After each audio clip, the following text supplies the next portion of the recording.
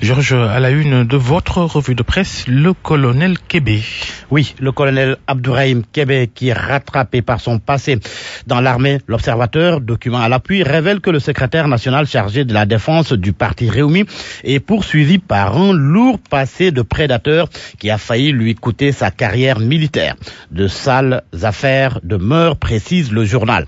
L'Observateur, attentat à la pudeur, harcèlement, entre autres. À titre d'exemple, l'Obs s'arrête sur les plaintes de jeunes soldats sous ses ordres. Le compte rendu du tribunal militaire du mardi 24 août 1999 sous la présidence du magistrat André Bobsen. Mon confrère fait aussi état de témoignages d'un jeune soldat qui confiait que lors de la manœuvre de Ndiambour 7, il l'a entraîné dans la chambre 7 de l'hôtel Niji, c'est à Tambacounda.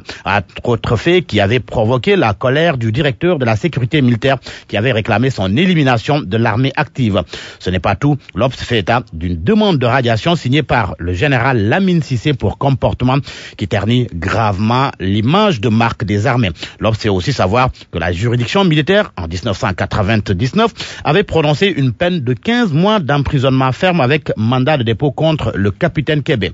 C'était son grade à l'époque. Nous restons dans le secteur de la justice, mais civile cette fois-ci, avec le cas Khalifa Ababakar Sall. Vox Populi souligne que ces conditions de visite sont corsées à Rebeuss. Dans une note d'information, le coordinateur des juges de l'application des peines indique que tout demandeur devra satisfaire aux obligations suivantes en vigueur, faire une demande adressée au juge de l'application des peines, préciser l'objet de la visite, se présenter physiquement et les dépôts ayant le lundi et le mardi et les retraits des permis de visite le jeudi et le vendredi. La note d'information est datée du 11 février dernier et elle provoque l'ire du conseiller politique de l'ex-maire de Dakar. Dans la tribune, Moussa Taye dénonce une tentative d'humiliation de Khalifa Sall. Entre Khalifa Sall et le président Macky Sall, l'ancien président Abdou Diouf a tenté une médiation. Révélation du quotidien LAS. LAS nous apprend que l'ancien secrétaire général de l'Organisation internationale de la francophonie a essayé de jouer les bons offices entre Khalifa et Macky bien avant l'emprisonnement de l'ancien maire de Dakar et avec à la clé un deal sur la table de l'actuel pensionnaire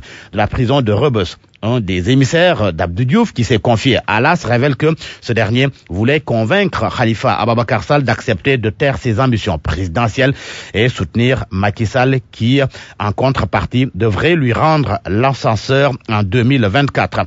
Ça n'a pas marché. Khalifa Ababakar Sall et Karim Wade, un proche du président, parle de ces deux dans le journal Le Quotidien. Moustapha Diakhaté souligne qu'il faut laisser Khalifa et Karim subir leur peine. Il ajoute qu'il faut supprimer la grâce présidentielle, l'amnistie et la possibilité pour le président de dissoudre l'Assemblée nationale. Entretien avec Moustapha Diakhaté à lire à la page 5 du journal Le Quotidien. Un autre proche du président qui s'est confié cette fois-ci au journal L'Observateur. Il s'agit du ministre conseiller en charge de la communication de la présidence de la République, El Hadj Hamidou Kassé, qui décline les profils des futurs membres du gouvernement. Selon lui, le critère du président, le premier critère est essentiel et sera la compétence et surtout l'efficacité. Il ajoute que la prestation de serment ne se fera pas au stade. Et ce dossier dans le journal Enquête, un dossier sur la santé bucco-dentaire. Le journal nous apprend qu'au Sénégal, il y a un dentiste pour 100 000 habitants, loin des ratios de l'OMS, 1 pour 10 000 habitants. 67% des Sénégalais n'ont pas accès aux soins. Le docteur Ibrahima Gueye, chirurgien dentiste, déclare à ce propos que le sucre est le point de départ principal des caries. Attention au riz qu'on risque de voir au Sénégal, un riz qui a été rejeté du Togo. Le navire Ocean Princess, bourré de riz impropre d'origine birmane, prend la direction du Sénégal. Le journal Source A parle de 10 000 tonnes de danger parce qu'après avoir été rejeté par les services portuaires guinéens et togolais, la cargaison a pris la direction du Sénégal où elle n'est cependant pas arrivée. Et après le gel de silice retrouvé dans du riz, le Sénégal risque d'être inondé par une cargaison de riz douteux. Attention donc, et l'on termine par le sport avec l'équipe nationale du Sénégal qui prépare son match contre Madagascar. Ce sera samedi prochain à Thiès.